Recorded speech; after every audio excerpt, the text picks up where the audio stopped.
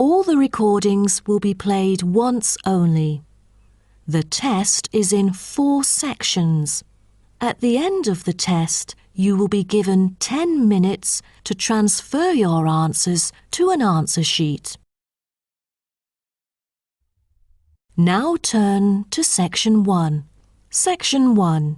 You will hear a conversation between an agent from the Student Job Centre and a student who wants to find a part-time job. First, you have some time to look at questions 1 to 3.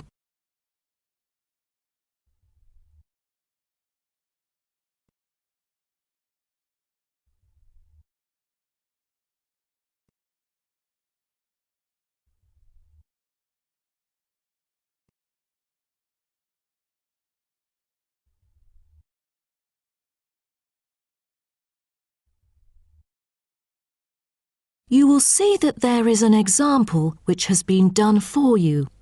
On this occasion only, the conversation relating to this will be played first. Good morning. Oh, good morning. Is this, room number 316?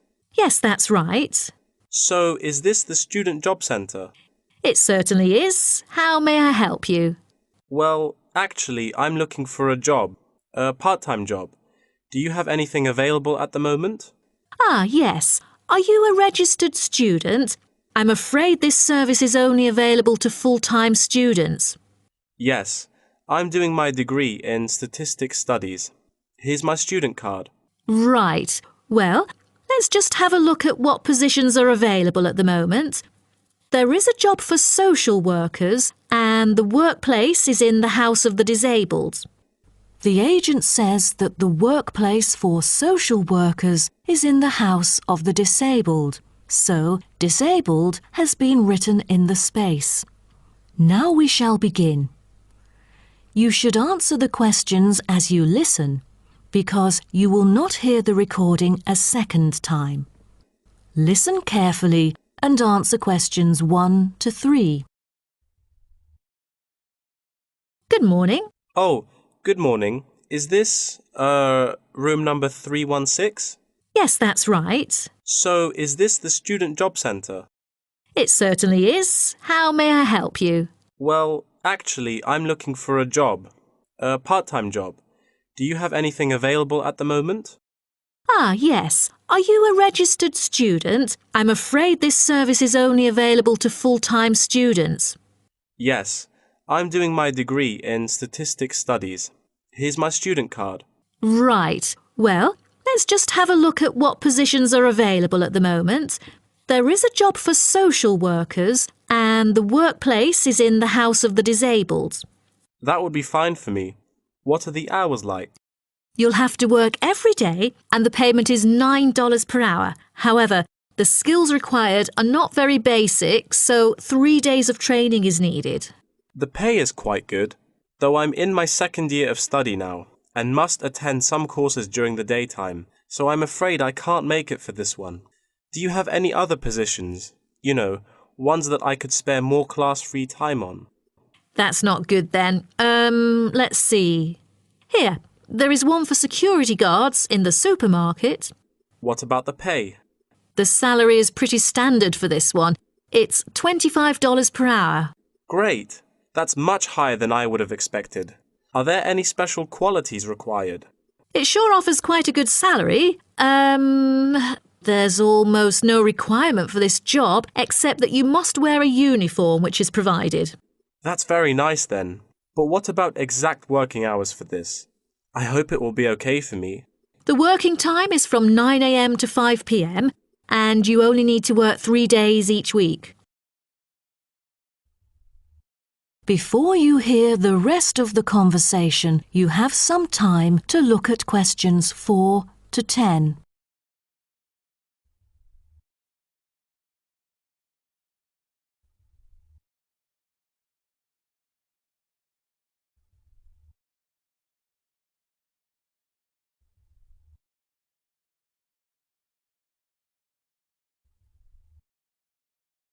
Now listen and answer questions 4 to 10.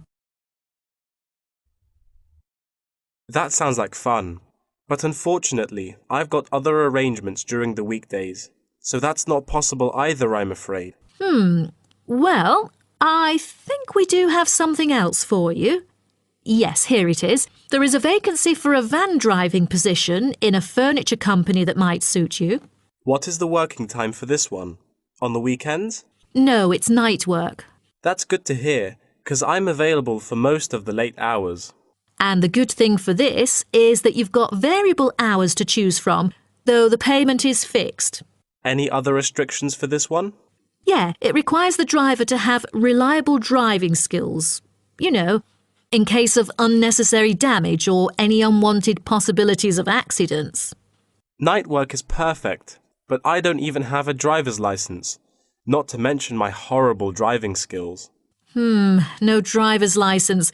That makes it impossible at all. All right. The last option that might suit you is a job as a data entry clerk. You'll be expected to work in a school. It's actually a good place, you know. Lovely. And what about the working hours? Not on weekdays, I hope. Actually, you'll be working only on weekends. You get a fixed salary and you're expected to be familiar with keyboarding skills. That's not the only limit, though, because I'm afraid personal transport is also a must. That's not a problem. I've got a bicycle to travel around with. Great. Now, just fill out this form and we'll see what to do next. Wonderful. That is the end of section 1.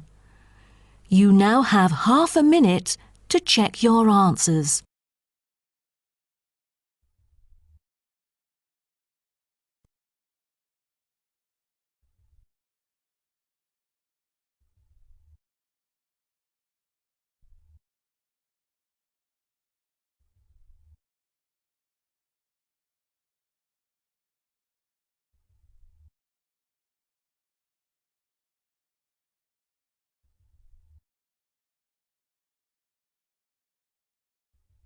Now turn to section 2. Section 2. You'll hear a talk between an interviewer and an interviewee called Chris Evans from the Royal Caledonian Curling Club about ice curling. First, you have some time to look at questions 11 to 16.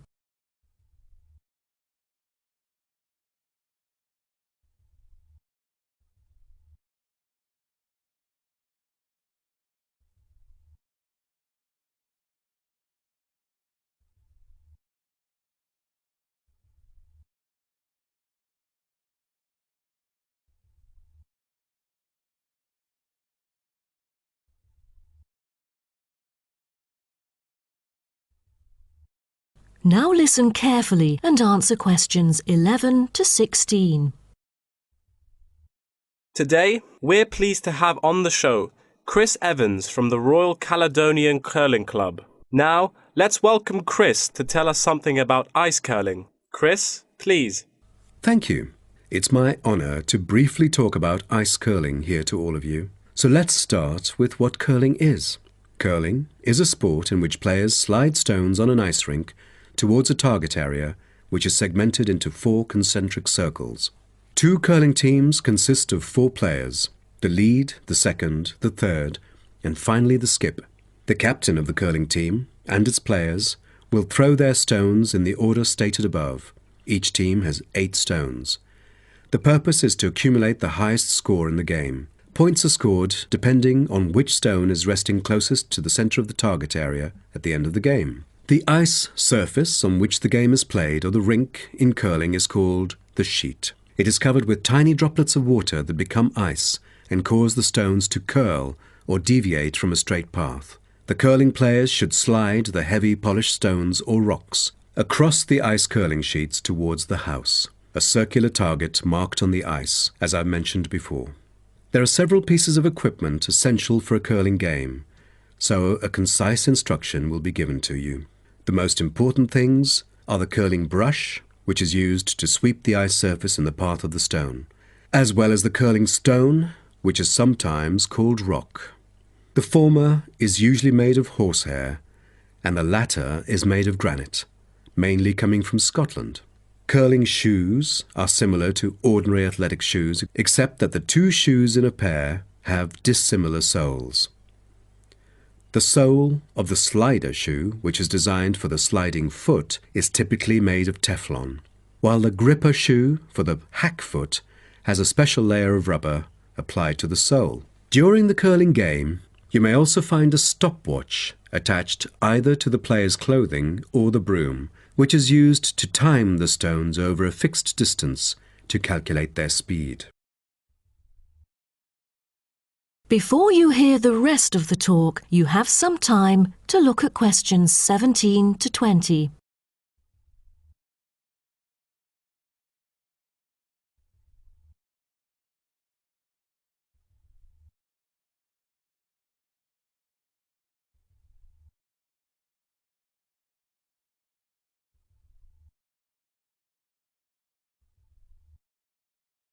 Now listen and answer questions 17 to 20. Now, a word about the development of curling clubs. Curling is thought to have been invented in medieval Scotland, and outdoor curling was very popular in Scotland between the 16th and 19th centuries, as the climates provided good ice conditions every winter.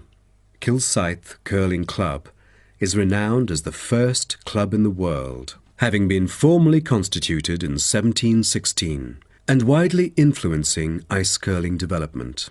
In Kilsyth today, both men's and ladies' sections are thriving, participating in all major competitions and having won championships in the British Open in the past.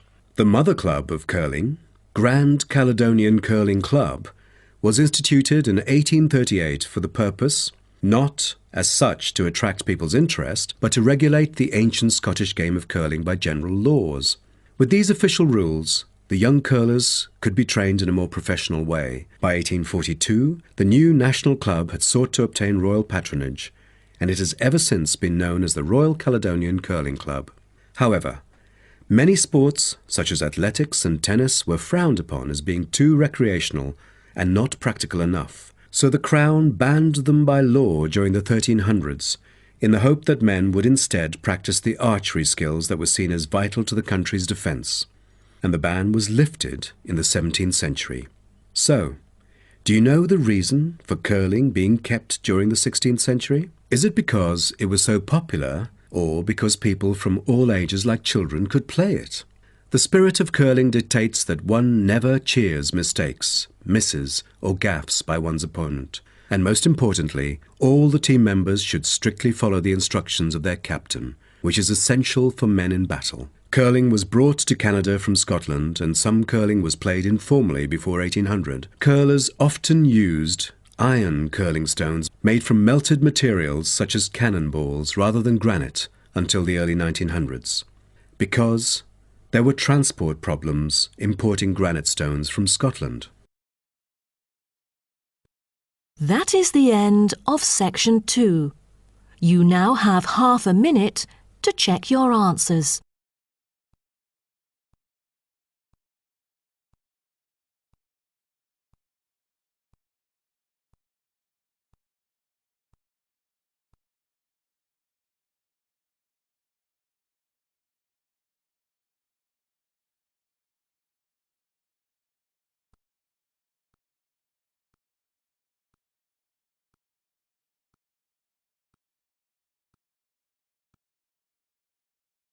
Now turn to section 3. Section 3. You will hear a student called Greg talking to his student about the study of the wind farm in Australia. First, you have some time to look at questions 21 to 25.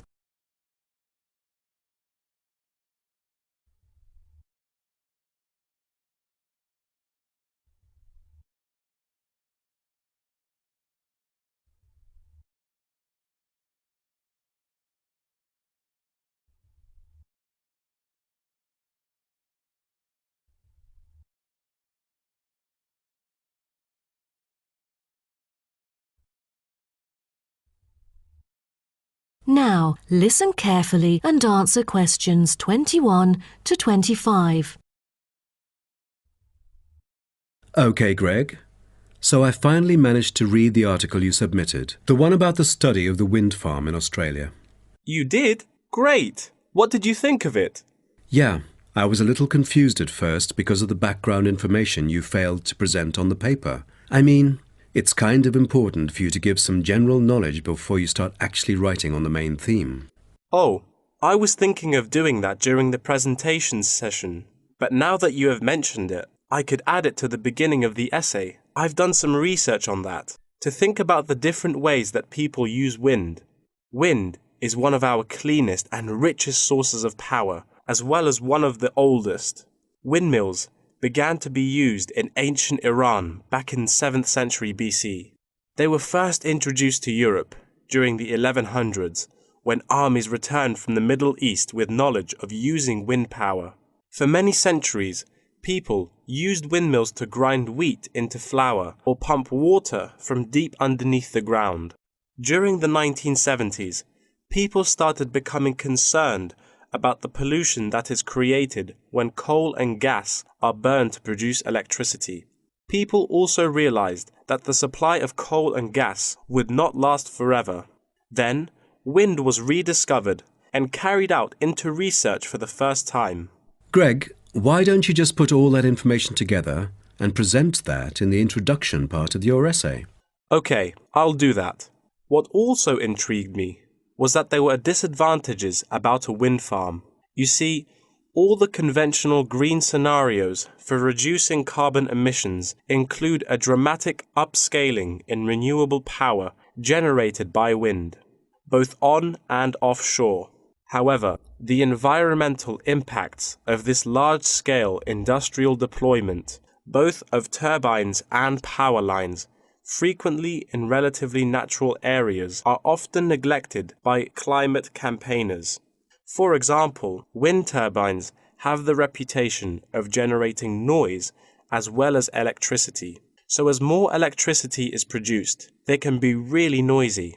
Another thing is that some new turbine blades kill a worrying number of birds, especially large birds like raptors. But there must be a bright side, right? Yeah, of course. According to figures pulled together by consultants of the Intelligent Energy Systems using data from the Australian market operator, wind energy accounted for 50% of demand in the state. That's half of the power source. Besides, this one unexpected outcome really attracts lots of visitors and helps the local tourism. That's good to hear. Before you hear the rest of the talk, you have some time to look at questions 26 to 30.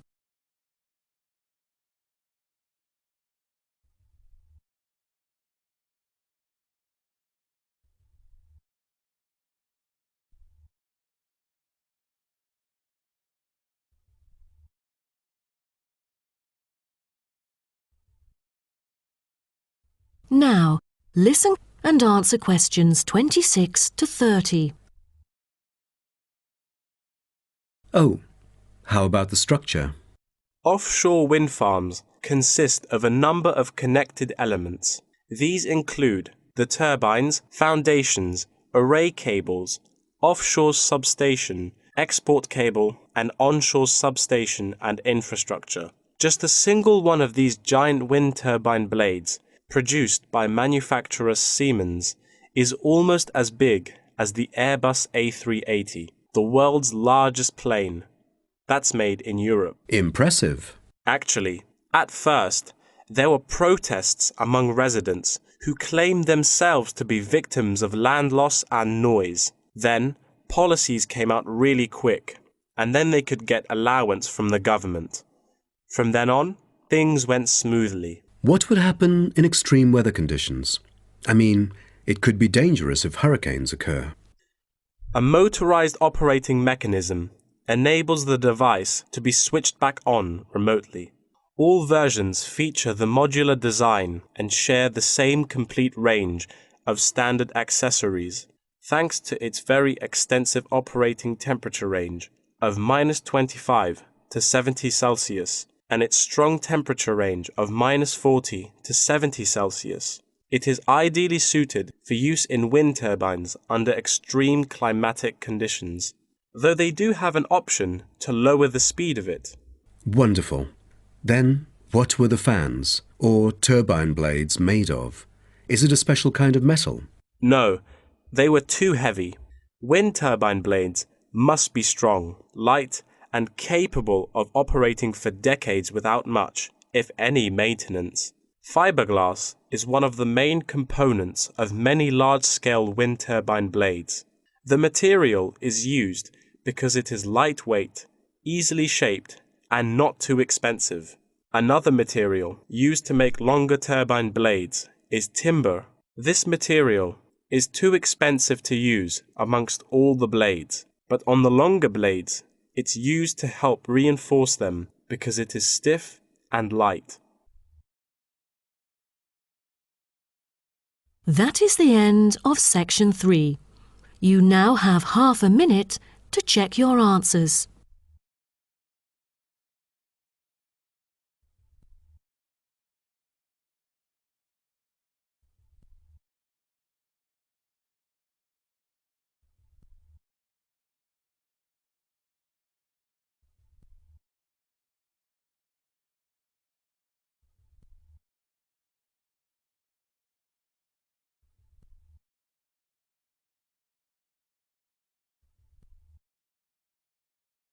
Now turn to section 4. Section 4. You will hear part of a lecture about tea tree oil. First, you have some time to look at questions 31 to 40.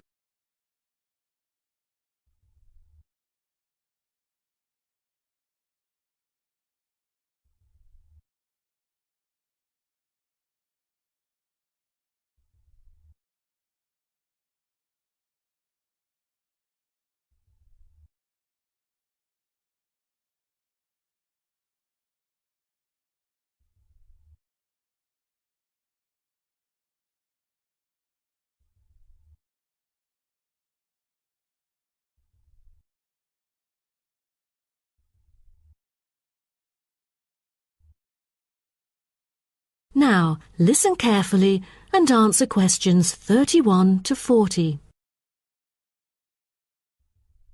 So, what I'm going to talk about to you today is something called tea tree oil, which was first extracted from Melaleuca alternifolia in Australia.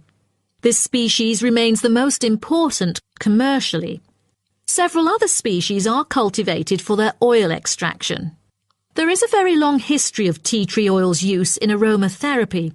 Traditionally, Melaleuca alternifolia leaves were crushed and the oil was inhaled by the Aborigines of Australia for the treatment of coughs, colds and also for the treatment of wounds. For instance, they chewed the young leaves to alleviate headaches and took them to treat sore throats or skin ailments. The Aborigines world was discovered by Willem Janszoon, a Dutch explorer who was the first European to sail to Australia. In 1606, he reached the northern coast of Australia in his ship. Then several voyages of exploration followed in the first half of the 17th century. The Dutch found it a paradise on earth for man's well-being, with timber, stone and lime for building. There was also plenty of salt, and the coast was full of fish. Besides, they found the characteristics of the diet there because they happened to meet 10 naked black Aborigines having a meal in the open air. While the value of tea tree oil originated from Australia, it was gradually known and tested by the outsiders. In the middle of the 18th century, Sir Hugh Palliser, an officer of the British Royal Navy who had been to Australia several times during that period, got serious injuries all over due to his experiences in several wars. For more than the last 15 or 16 years of his life, he seldom laid down on a bed because of the constant pain in his leg. Then he tried tea tree oil, as it was said that tea tree oil could operate as a very powerful immunostimulant for pre- and post-surgical care. The use of the name tea tree, also called paper bark trees, probably originated from Captain James Cook's description he made soon after he had arrived at the coast of New South Wales in 1770. At the time, he witnessed some Aborigines of Australia using one of the shrub's leaves to make an infused drink in place of tea.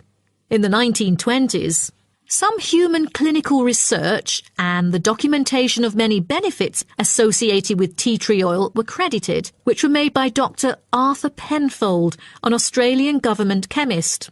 He investigated the business potential of a number of native extracted oils, then reported that tea tree oil was promising as it exhibited powerful antiseptic properties. But after World War II, the entry of antibiotics declined the use of natural products in medicine, which had a negative effect on the production of tea tree oil.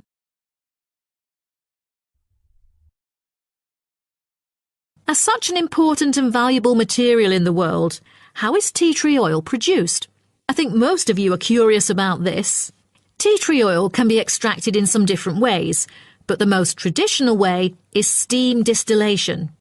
Once harvested in winter, when the amount of required essence in oil meets the needs for production, the finely cut trees are transported to a steam distillation facility. The extraction is made by distilling the leaves in specially designed stainless steel stills along with the stems to yield pure oil. The water-filled boiler is heated and constantly monitored to maintain the correct temperature.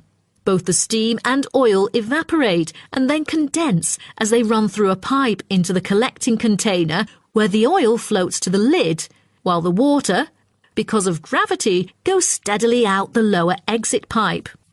At the end of the hour, the oil is siphoned off through the upper pipe, while the condensed steam floats through the lower pipe towards the ground. At the end of each distillation, all the spent plant material is hauled out of the still pot by hand with a short rake, piled onto a trailer and spread where required as a thick woody mulch. That is the end of section 4. You now have half a minute to check your answers.